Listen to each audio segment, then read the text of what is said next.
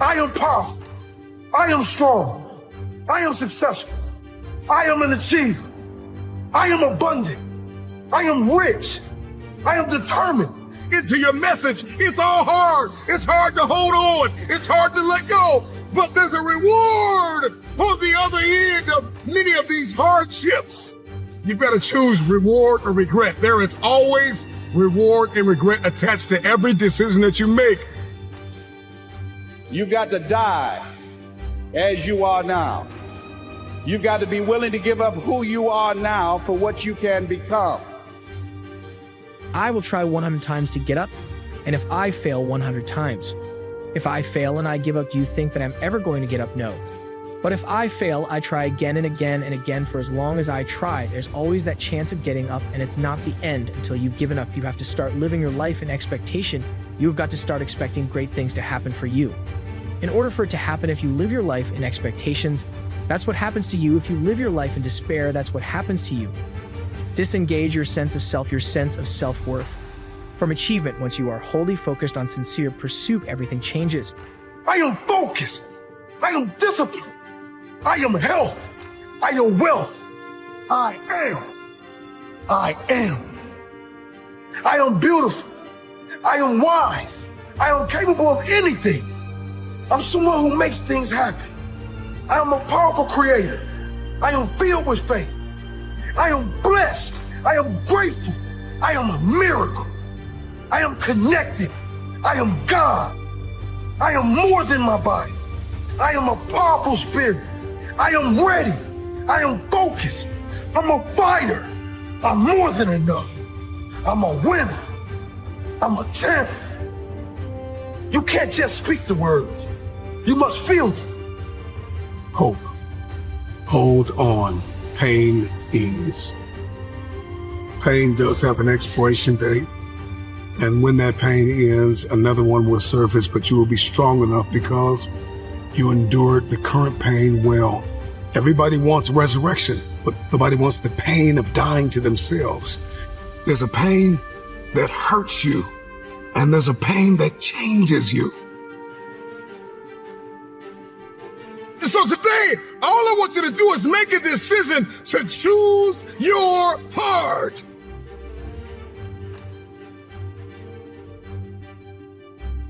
And you must believe them. Repeat them every day. Let them soak into your subconscious. Let the power become one with you. Ali said, I am the greatest, and he became the greatest. Are you ready to be great? I am. I am. Replace I want with I am. Instead of saying I want to be rich, say I am rich. I am wealthy. Say it. Feel it.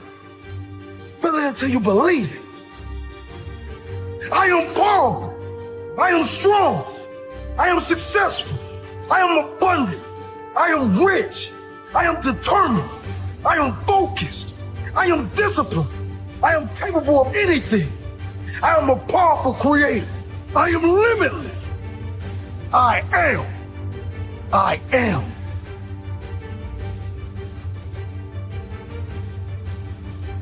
The path. The war path. Path of war. Moving toward a battle. Fighting towards war. The actual war against our nation's enemies, or the war against my own weaknesses. Preparing and sharpening my sword and honing my skills and maintaining the unmitigated daily discipline in all things. Where does it lead?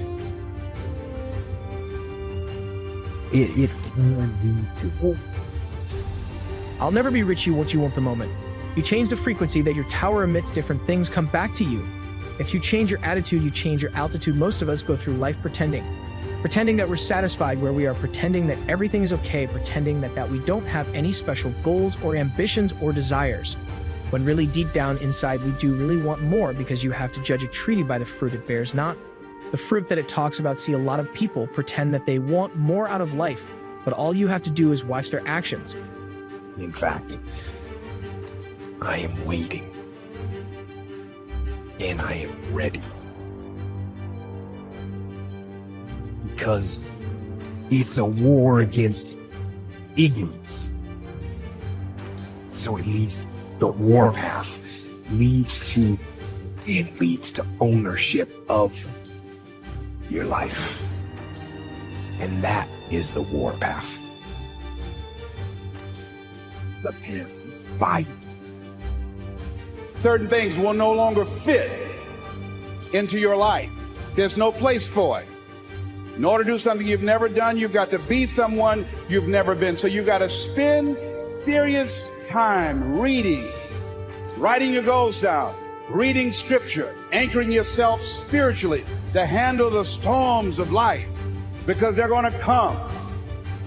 So every day you have to sell yourself and get out of your mind those old thoughts, that old belief system. Every day you've got to sell yourself on that it's possible. But you got to put a new mind in you. You got to get out of your mind. You got to begin to restructure your thinking. Every day you've got to begin to recondition your mind. See, many of us go through life making choices, thinking it's our choices. You really have to work hard for a set of skills that matter to you. A fool never learns. A smart man learns from his mistakes. A wise man learns from the mistakes of others. So you've got to completely divorce yourself from this notion of outcome and become completely obsessed with the idea of sincere pursuit. And so when you look at the night sky and that sense of awe grips you, it calls something out of you right to respond to. Your encounter with the infinite, even your encounter with mortality, your encounter with finitude and limitation, all of that. In relationship to the internet, that sense of awe is also the calling forth of something out of you that can respond to the challenge of that infinite. Well, that's the microcosm within. No, it's a reflection of the structure of the cosmos itself. That's the divine ideal. And it's not. See, let me share something with you. The easiest thing I've ever done was to earn $1 million. The most difficult thing I've ever done was to believe it could happen to me. That was the most difficult part. To believe that given my circumstances, if my birth parents came down this aisle right now, I would not know either one if my daddy came up here or my mother came up here. Given the fact that I was born in an abandoned building on a floor, being labeled educable, mentally retarded, not having any college training, I used to feel all my life that people who had college degrees were more intelligent than me. I remember going to see the late Dr. Norman Vincent Peale, the author of the book, The Power of Positive Thinking. And I used to look at him up on stage and I said, I could do that. I would love to talk to people. I love to talk to people. And I said, I could do that. But then when I started going back to my car, my mental conditioning activated itself. And it said, Les Brown, you can't do that. Only thing that's going to make you happy, my friend, in this year or any other is to step up. It's to raise the standard. It's to discover what you're capable of and feel that incredible power pushing through whatever's holding you back and get to the other side of more of your true self. That's what this game is all about. So life is real short, so you have all your traveling and of all your sleeping and of all your school. Out of all your entertainment, you've probably been half your life doing nothing. So out of 30 years, I might have about 16 years to be productive. So it's how we can all break individual lives now. You've got to completely divorce yourself from this notion of outcome and become completely obsessed with the idea of sincere pursuit. Now, why sincere pursuit? The reason to tie your sense of self, your self-esteem. Why?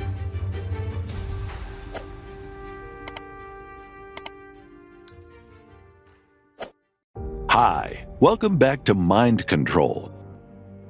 You are responsible for your life.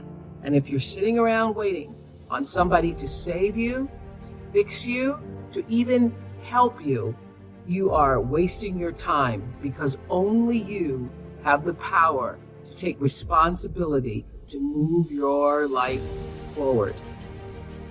Nobody is going to cry for you. They have their own tears.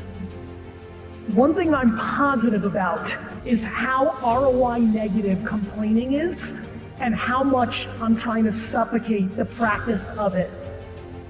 I really have been fascinated by people that have changed their mindset into understanding that everything that is not going well right now is their fault.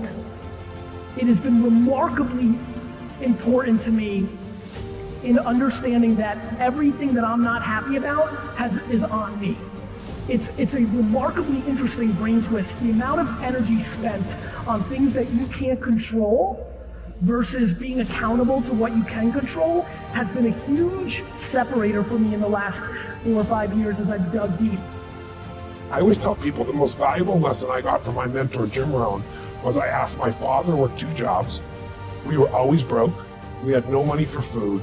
And we lived in a community we moved to, which was, I thought they were all rich and we were on the other side of the tracks. It was lower middle class, but compared to where we lived before, these people seem rich compared to us. And I just didn't understand it. And Jim said to me, Tony, it's not about the value of your soul, it's about the value of you in the marketplace. And your father's skills are not that valuable. Someone said we have 2 primary choices in life. We can either accept conditions as they exist, or we can take the responsibility to change them. See, a lot of people want to exempt themselves from taking responsibility. All they want to do is talk about the problem. Every time you see them, they'll tell you their story over and over and over and over again. No one's going to do anything for you. Couple rules of being a real leader. You need to take responsibility for your own life. Bringing energy to your team, leading in recruiting, leading in leadership, leading in growth. Nobody owes you anything, but you owe other people everything.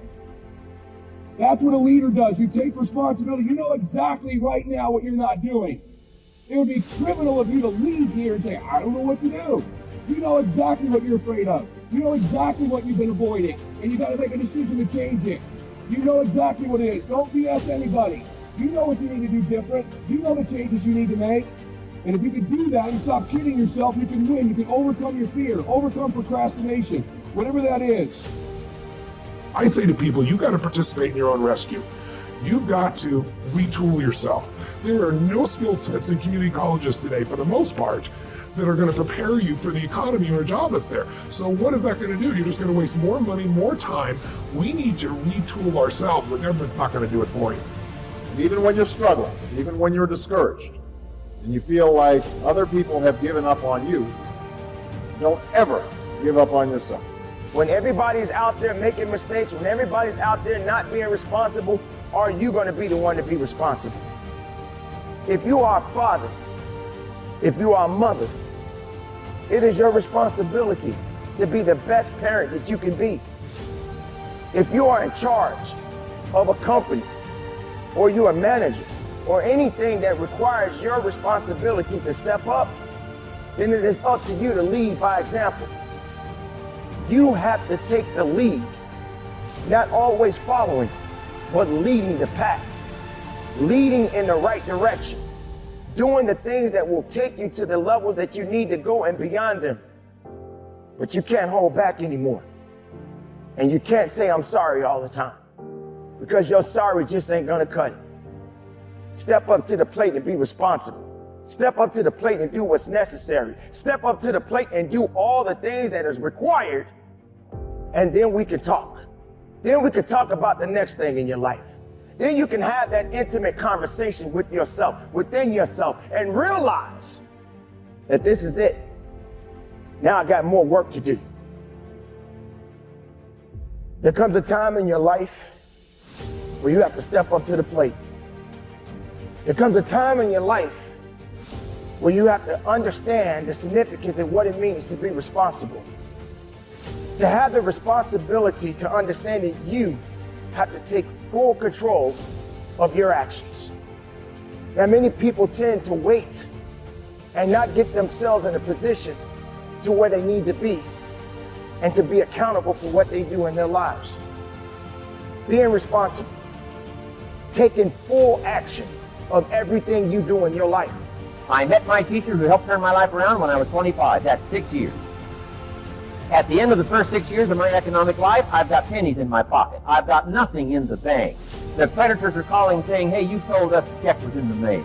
I'm embarrassed. I'm behind on my promises. I live in America. I'm 25-year-old American male. I got a nice family, every reason to do well. And I'm messed up. Now, what's messed up? I used to think it was the community that was messed up, and the country was messed up, and the government was messed up. If those Democrats ever get in the White House, that'll really mess things up. If the Republicans stay in power, that'll really mess things up. The economy was messed up, interest rates are messed up. I thought all this stuff was messed up. Then I found out that's not what was messed up. I was criticizing the only thing I had to work with.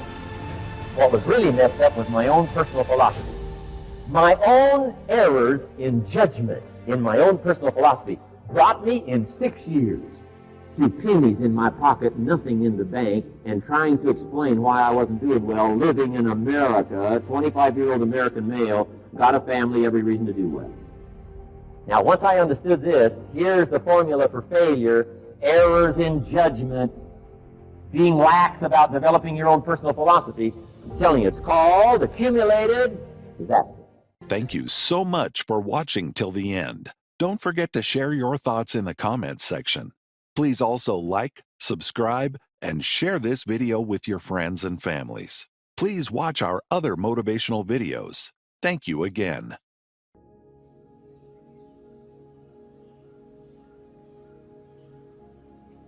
What do you want? Because if you don't know what you want and you're watching me, nothing else matters. But when you know what you want, why do you wake up at 3? Because I know what I want.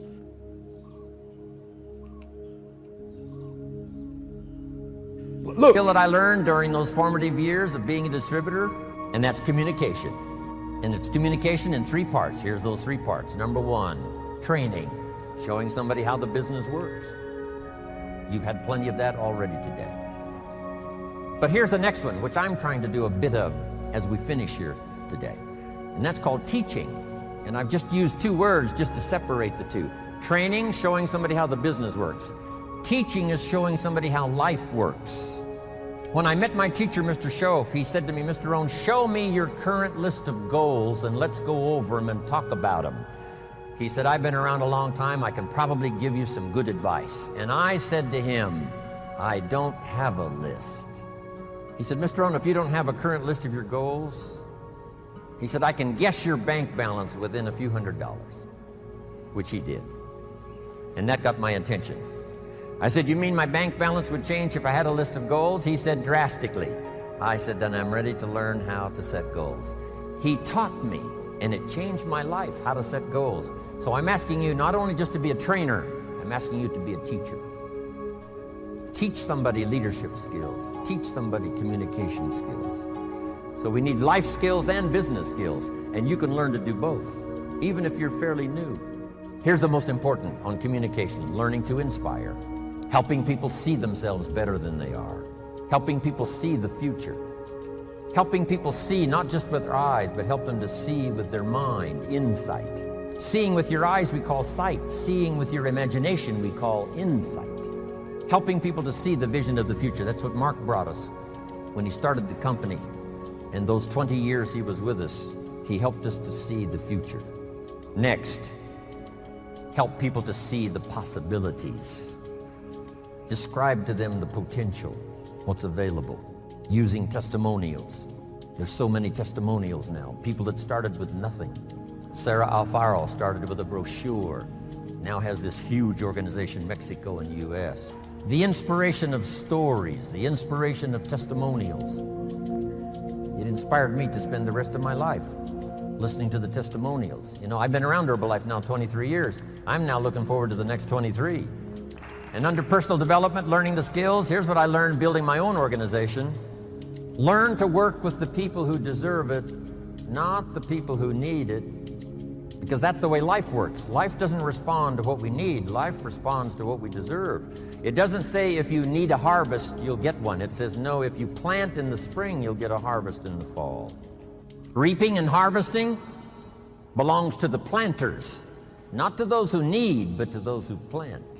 Then here's the next key. Show people how to deserve your time. Work with the people who deserve it, but show them how to deserve your time, your attention, your information. I think that identifies most people's lives. In other words, average becomes sort of like this slow asphyxiation. It's almost like an anesthetic. and that over time we become kind of immune and dulled to the average that we're becoming. I know this is true, at least for me. You probably experience it yourself too. And so over time, we sort of minimize where we're at. In other words, I'm a little pudgy instead of being, no, you're a fat ass, right? You don't magnify the degree to which the pain ought to be affecting you. And so really what he means in that is, listen, you're going to get out of your life what you'll accept. That's really difficult for people, I think, to understand is, look, what you think you're worth and what you're going to tolerate is absolutely what you're going to bring into your life and what the outward part of your life is going to look like. And so I live by that. Like, I let myself sort of feel the pain and the difficulty of being not where I want to be in whatever that area is, whether it's my spirituality, my relationships, my money. I let myself feel that pain because, as you know, there's two motivators, right? There's the gaining of pleasure, right? Wanting to go get something, chasing the dream. But then there's the avoidance of pain. And for a lot of champions, that's a pretty big driving force for them. And so at least for me, I leverage both of those things on me to get myself to take action. It's important because there's no relationship between that and eroding your self-confidence. In other words, self-confidence is really self-trust. So the first thing is, the people I know that are really happy are very self-aware. In fact, the best entrepreneurs I know are very self-aware. They're aware of their shortcomings, right? They want to improve them. They want to get to the next version of themselves all the time. And so for me, self-confidence comes because I didn't have it. And I think anytime you meet somebody like yourself or myself who might now appear self-confident, it's because I really had to find tools and resources because I was so insecure and shy and introverted. So I had to find techniques and resources to build that up in me. And for me, it's very simple. It's the promises that I keep to myself. If I have a habit over and over of beginning to stack one on top of the other, of keeping promises I make to me, not other people. In other words, the minute you begin to get external in your life, worrying about what other people think about you, right? You've lost all control. And it never fills you up. And people's admiration, people's gratitude towards you will never fill you up. It's your own. It's your own inside. And so for me, self-confidence comes from keeping the promises I make to myself. And the other part of it is being aware I'm doing it. In other words, most people don't give themselves enough credit all the time. They're very aware of these 20% things and not aware of the 80, right? And that's why the dosage is so important too. You've nailed it. It should be 80-20. Right? Because people get addicted to this. I'm not good at this. People don't like this about me. I don't feel good. Instead of focusing on the 80 and stacking it up. Wow, I did eat what I said I was going to today. I did get up when I said I was going to. I made the amount of phone calls. I treated people in such a way I promised myself. It's not just doing those things. It's rewarding it. It's being aware of it and stacking that up. When I work with athletes, the successful athletes I work with, when they're in a slump, it's never that they can't hit a ball anymore or make a shot or swing a golf club. They've lost their self-confidence. Somewhere along the way, they've lost the ability to focus on the things they are great at and stacking those promises they make to themselves. And the way I get them to break their slump is not correcting their swing or getting them positive. It's getting them to acknowledge the small promises, showing up to batting practice early, hitting that extra bucket of balls, beginning to reward themselves for the extra promises they keep to themselves, puts them back in a state of self-confidence. All of a sudden, they're hitting the ball great.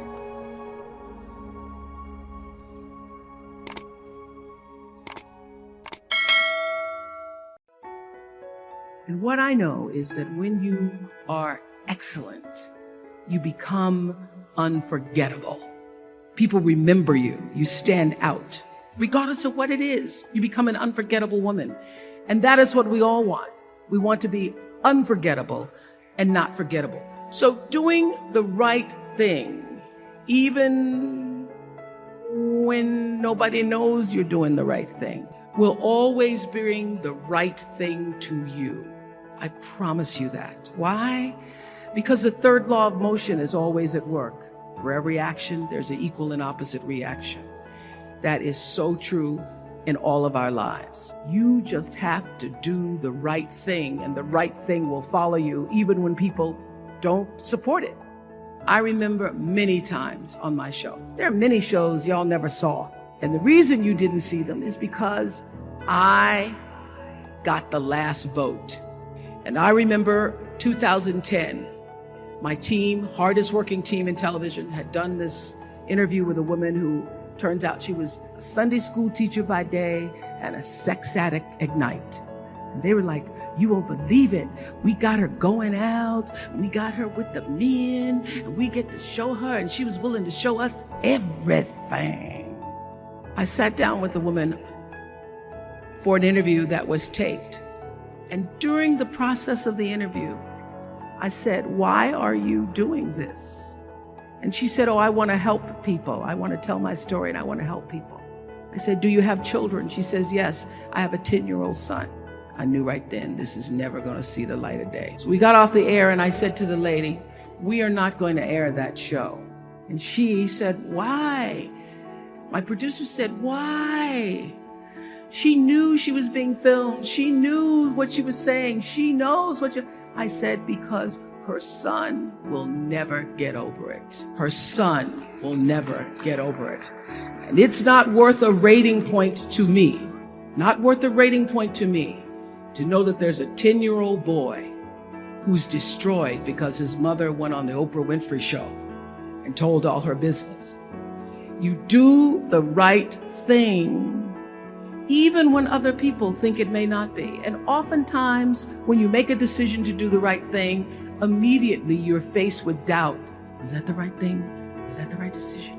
I don't know. Is that the right thing? You always know it's the right thing, when in the end, there is peace. See, I'm a seed. I really am. But a seed has to be planted. A seed got to have dirt put on top of it. If you take a seed and throw it on the concrete and walk off, the sun just burn it up. But guess what? Logically, in my mind, it doesn't make sense that to grow something, you should dig a hole, put it down in there, and cover it with dirt. Logically, that don't make no sense to me. But though, see, dirt is necessary for growth and development. Dirt builds character. Dirt gives you the push-through factor. Dirt makes you come with it when you don't feel like coming with it no more. And you get dirt in a lot of different ways. All of y'all that had dirt thrown on you. And dirt ain't always what you want. It's somebody talking about you down on your job. It's somebody accusing you of something that you didn't do. It's somebody telling you you ain't gonna make it. It's somebody sharing information about you that ain't true. That everybody get dirt put on. But see, when you're getting put under that stress, please know God is always working. God is always working, so I smile. Because I know he back there. See, that dirt builds character in you. When they talking about you, it teaches you to withstand it. Then it gives you something to push through. So when you put the seed and you put the dirt on it, if you understand stress, stress really ain't just dirt. See, they don't call it dirt when they plant it. They call it soil. Because see, soil has nutrients in it. What the nutrients, when people talking about you, dogging you, lying on you, backbiting, stealing from you, talking about you, they're actually putting nutrients in you. If they put a camera under the ground, you'd have seen the seed sprout open and start coming through the dirt, because the dirt is necessary so you can prove yourself. Everything you see above ground that blossoms and plants and grows and that's beautiful, it was underground one time. All them potatoes, collard greens, they was underground one time. Them apple trees, they was underground one time. So they had to prove themselves. See, you want to be successful, well then you got to prove yourself. You got to push through the dirt. You got to come up through here. You got to come out. Then you sprout, and then Bishop say, then you become a tree. Next thing you know, you got fruit. So when you under stress, take the stress for what it is. Don't get fooled. Don't just think, I don't know, man, Lord must not mean for it to be. What you tripping for? What you talking about? How you think you're gonna be a plant, a tree, a flower, a bush, and ain't no stress? How you gonna get to be that without no dirt? I expect people to talk about me. Matter of fact, I look forward to it now. They get sick thinking about going. Because see, when you go to a job and you already know how far you can go, you can already see that proverbial glass ceiling. See, when you're going someplace and you already know how much you're going to make, you already know how far you can go, you're in a dead-end position. It erodes your self-esteem. It lowers your sense of yourself. It creates an inner turmoil. It creates an emptiness in you. So I say that your life is worth finding what it is that you're supposed to do. And I'm not saying quit your job. I'm saying find it and do just a little bit of it. Just start working at it just a little bit, but do find out what your work is and hold on to it, and don't let your dream go. Don't let it go. See, and here's something else I want you to begin to look at. Why is it that most people don't pursue their dreams or don't do better than what they're doing if they're capable of doing it? I think that many of us don't go the next step because we don't know what to do yet. And I say that the reason that we don't even explore the possibility of what to do is because subconsciously we don't believe that it can happen for us, and we don't believe that we deserve it. So here's what I'm suggesting. How much time do you spend working on you? How much time do you spend every day working on your dream? In the last 90 days, how many books have you read? In the last year, what new skill or knowledge have you acquired? What kind of investment have you made in you? So I'm saying that as you begin to look at where you want to go, if you want to make it today, and things are changing so fast you have to literally run to stand still, I'm saying that you've got to make some conscious effort to begin to work to develop you. Here's something else. Most people are not living their dreams because of fear, ladies and gentlemen. Fear, limited vision, and lack of self-esteem is what keep most people doing things they don't want to do. The same reason that people stay in relationships where they're abused or they're unhappy or it's unfulfilling. They can't see themselves beyond that relationship. They can't see themselves enjoying life without that person. They think that this is all that they can do. The same reason that people get stuck at a certain level in life. They can't see things being better for them. And they think that this is it and this is all they deserve. This is all they've ever seen. It's been passed on to them. And they think that this is it for them.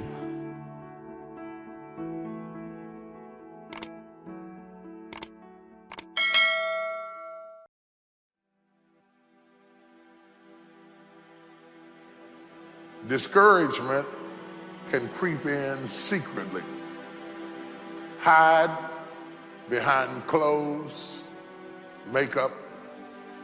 Discouragement is so bold that it will even hide behind a smile. It will always ride to work with you. And if it doesn't catch a ride going to work, it'll catch a ride on the way back home. If you listen at discouragement, it will cause you to make bad decisions. It will cause you to think that life is not worth living.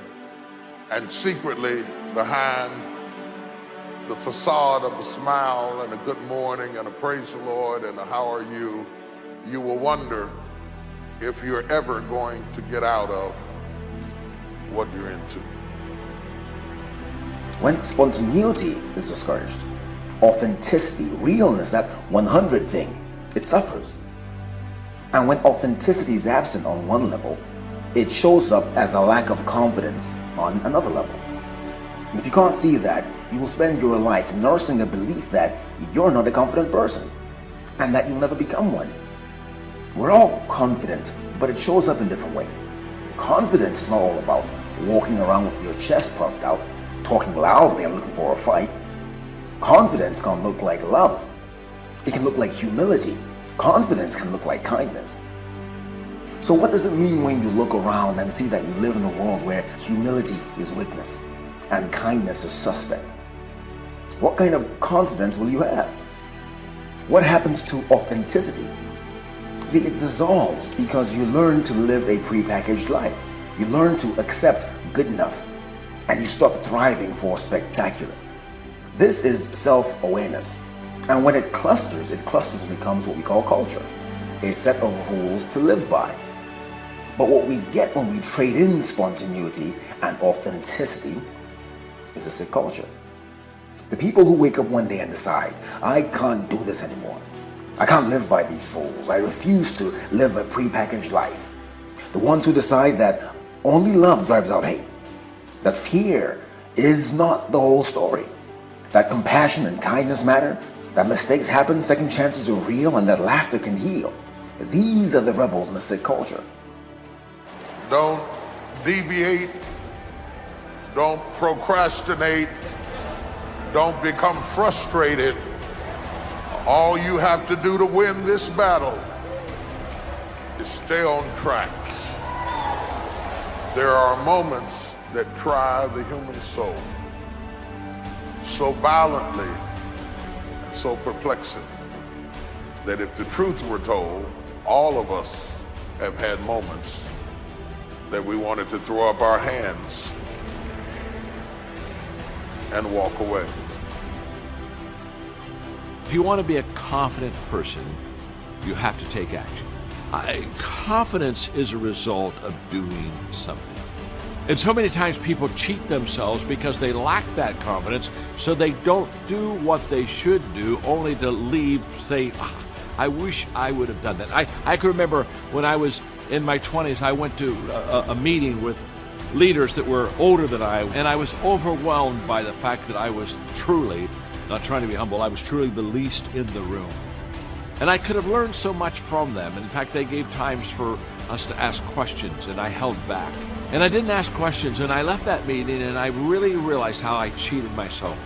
And I determined that day that regardless of how intimidated I was going to become, I was never going to cheat myself again. And that I was always going to ask the question, even though I figured it may be a real stupid question.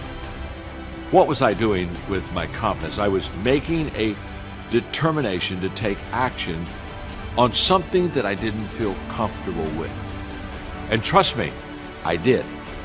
And each time I took action, it began to give me confidence. No robber robs an empty house. Nobody holds up a bag lady because she doesn't have anything to steal. If you're up under attack, there's something to be gained. The enemy would not send that level of battle against you if there were not that level of blessing before you. The level of battle you face is an indication of the level of blessings that you stand to receive. With every blessing, there is a battle. I want to leave this with you. As you look at your goals, be stubborn about your goals. Be stubborn. Don't give up on your goals. You will fail your way to success. Don't give up on your goal. Make know your vitamin, as Suzanne de Pass would say. Don't give up on your goal. Be stubborn about your goals. Be flexible and versatile. Ask for help. A lot of people won't do that because of ego, edging God out, because a lot of people, as a result of pride cometh before a fall. Ask for help. Not because you're weak, but because you want to remain strong. You don't have to figure it out. Get started. Do what you can with what you have, and God will do what you can.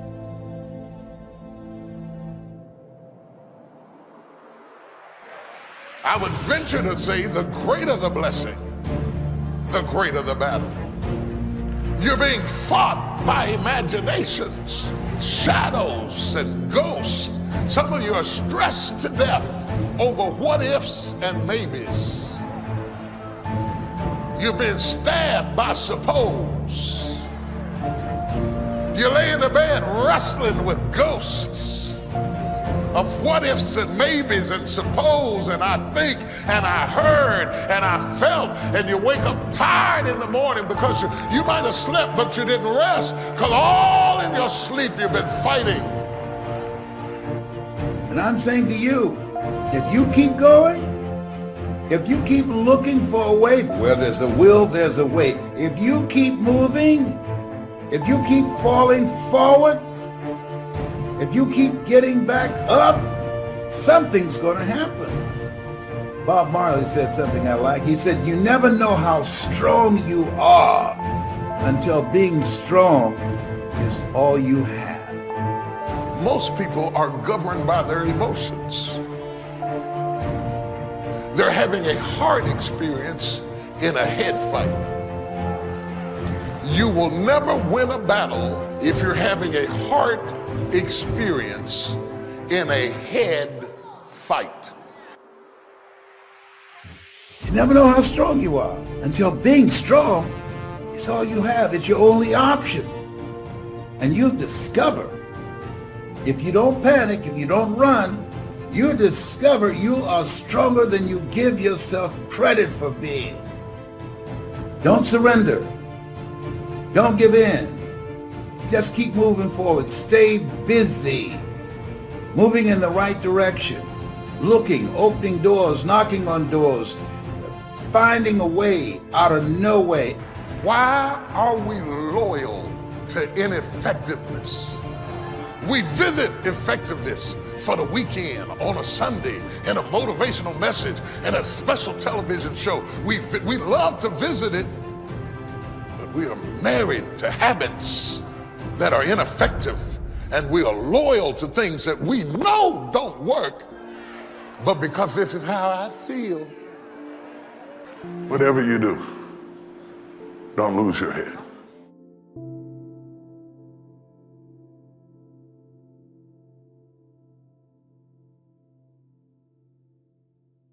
Diseases of attitude. There's a lot of things that can wreck your chances to do well. We live in a rather dangerous world, so you got to be not only wise, you got to be careful. Now, attitude diseases are just as bad as physical diseases, right? High blood pressure, heart trouble. I mean, a lot of things will ace your chances to do well. So you've got to be careful. And attitude diseases are deadly. I mean, they'll destroy all the good things you start. So we'll go through those attitude diseases, how to spot them, how to look for them, what they are, and the cure. And I'm a pro on these because I've had them all, so I can give you excellent advice on these. Now, the last subject we're going to consider tonight is called The Day That Turns Your Life Around. And under this subject, we're going to talk about the emotions that can change your life. Human beings are emotional creatures, and emotions are powerful for life change. Now, of course, emotions are so powerful they can go either way on you. Emotions can either build or destroy. So you really have to employ emotions properly. We call civilization the intelligent management of human emotions. If you can intelligently apply your emotions in the right direction, no telling what can happen. Could turn your life around one day would be sufficient. So we'll talk about those. Okay. Now that's a lot to cover in one evening, but we'll keep at it here and see if we can't get it all done. I'd like to have you now jot down the theme of the seminar. Every seminar should have a theme, I guess. We've got one. It's on some of our literature if you happen to notice it, but if you didn't, for your notes, here it is. The theme of the seminar. That's the theme of our seminar tonight. The major key to your better future is you. And I'd like to have you underline two words just to give it some added punch. Underline the word major and the word you, so that it reads, the major key to your better future is you. Now, my first suggestion is transfer this to a card or something where you can put it up, where you can see it every day. Preferably put it up where you can see it at the beginning of the day, before you go off to put the day together. This is a good phrase just to glance at, to keep in mind as you're putting the day together. It's called the silent seminar. If you'll just let this talk to you during the day, I found it to be tremendously helpful. The major key to your better future is you. For a big share of my life now, I didn't have this one quite figured out. Among a lot of things I didn't have quite figured out. Many things used to puzzle me back in those early days. I used to wonder why two people could work for the same company, one make twice as much money. Now see, that used to puzzle me. And maybe they were the same age, graduated from the same school, live in the same community, work for the same company, with the same products and the same services. They've got the same traffic, the same problems, and one makes $1,000 a month, the other one makes $2,000 a month. Now that was my puzzling question. Why would this long list be the same and the money twice as much? Perhaps there's another way that you could look at the world and another way that you could act in the world, so what it would reflect back to you would be much better than what it reflects back to you now. And then the second part of that is, well, imagine that many people did that, because we've done a lot as human beings. We've done a lot of remarkable things, and I've told you already, I think before, that today, for example, about 250,000 people will be lifted out of abject poverty, and about 300,000 people attached to the electrical power grid. We're lifting people out of poverty collectively at a faster rate that's ever occurred in the history of humankind by a huge margin. And that's been going on unbelievably quickly since the year 2000. The UN had planned to have poverty between 2000 and 2015, and it was accomplished by 2013. So there's inequality developing in many places, and you hear lots of political agitation about that. But overall, the tide is lifting everyone up, and that's a great thing. And we have no idea how fast we can multiply that if people got their act together and really aimed at it. Because, you know, my experience is with people that we're probably running at about 51% of our capacity. I mean, you can think about this yourselves. I often ask undergraduates how many hours a day you waste, or how many hours a week you waste. And the classic answer is something like 4 to 6 hours a day. You know, inefficient studying, watching things on YouTube that not only do you not want to watch, that you don't even care about, that make you feel horrible about watching after you're done. That's probably 4 hours right there. You know, you think, well, that's 25 hours a week, it's 100 hours a month, that's 2.5 full work weeks, it's half a year of work weeks per year. And if your time is worth $20 an hour, which is a radical underestimate, it's probably more like 50 if you think about it in terms of deferred wages. If you're wasting 20 hours a week, you're wasting $50,000 a year. And you are doing that right now. And it's because you're young, wasting $50,000 a year is a way bigger catastrophe than it would be for me to waste it, because I'm not going to last nearly as long. And so if your life isn't everything it could be, you could ask yourself, well, what would happen if you just stopped wasting the opportunities that are in front of you? You'd be who knows how much more efficient, 10 times more efficient, 20 times more efficient. That's the Pareto distribution. You have no idea how efficient people get. It's off the charts. Well, and if we all got our act together collectively and stopped making things worse, because that's another thing people do all the time. Not only do they not do what they should to make things better, they actively attempt to make things worse because they're spiteful or resentful or arrogant or deceitful or homicidal or genocidal or all of those things all bundled together in an absolutely pathological package. If people stopped really, really trying just to make things worse, we have no idea how much better they would get just because of that. So there's this weird dynamic that's part of the existential system of ideas between human vulnerability, social judgment, both of which are major causes of suffering, and the failure of individuals to adopt the responsibility that they know they should adopt. And that's the thing that's interesting too, is that, like another thing I've often asked my undergraduate classes is, you know, there's this idea that people have a conscience. And you know what the conscience is. It's this feeling or voice you have in your head just before you do something that you know is stupid, telling you that probably you shouldn't do that stupid thing. Right, but I want you to do me a favor, like, don't let life do you like that. Like, don't let life put you in a circumstance or a situation where you stop dreaming. Like, don't let life put you in a situation where you are helping somebody else make their dreams become a reality that you forgot you have your own. Like, don't do that. Don't get so caught up giving some job 30, 40, 50, 60 hours of your day that you don't have any time left for yourself. And so do me a favor, I don't want reality right now. I'm not interested in how much your student loans are. I'm not interested. Because your student loans are sucking your dream. I'm not interested right now. And I got a divorce, and right now I just can't. I'm not interested. Eric, I lost a child and you don't know what it's like to. I'm not interested in your reality right now. I want you to get back to your dreams. I want you to get back to your goals, because no matter what has happened in life, you've got another 30 years, another 40 years, another 50 years.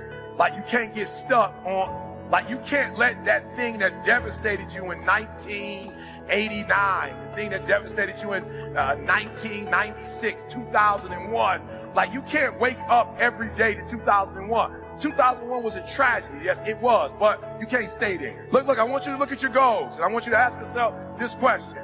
Do you know what it takes to make that happen? Literally, like, because this is all it's going to take. 3 things, it's all it's going to take.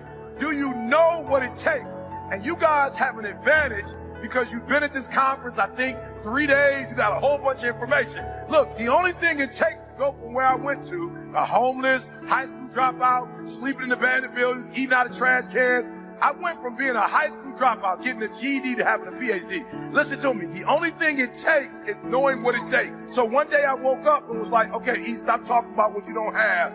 You need to know what you don't know so you can get to where you're trying to get to. So being successful is not who you are, it's what you know. So I need to get a different relationship to knowledge. So I'm hyped, but I did not come here just so you can get pumped up or get hyped. You have been given information. You are this close to making every dream you wrote down happen. Why? Because you have been taught by the best of the best. You have been taught by the best of the best. You've been taught by people who've been doing this for years. You've been taught by people who love you and care for you. People who are giving you information that you're not going to get randomly on your own. And so you are this close to your dreams and goals. So I have to ask you the question. You have the information. Now what are you going to do with it?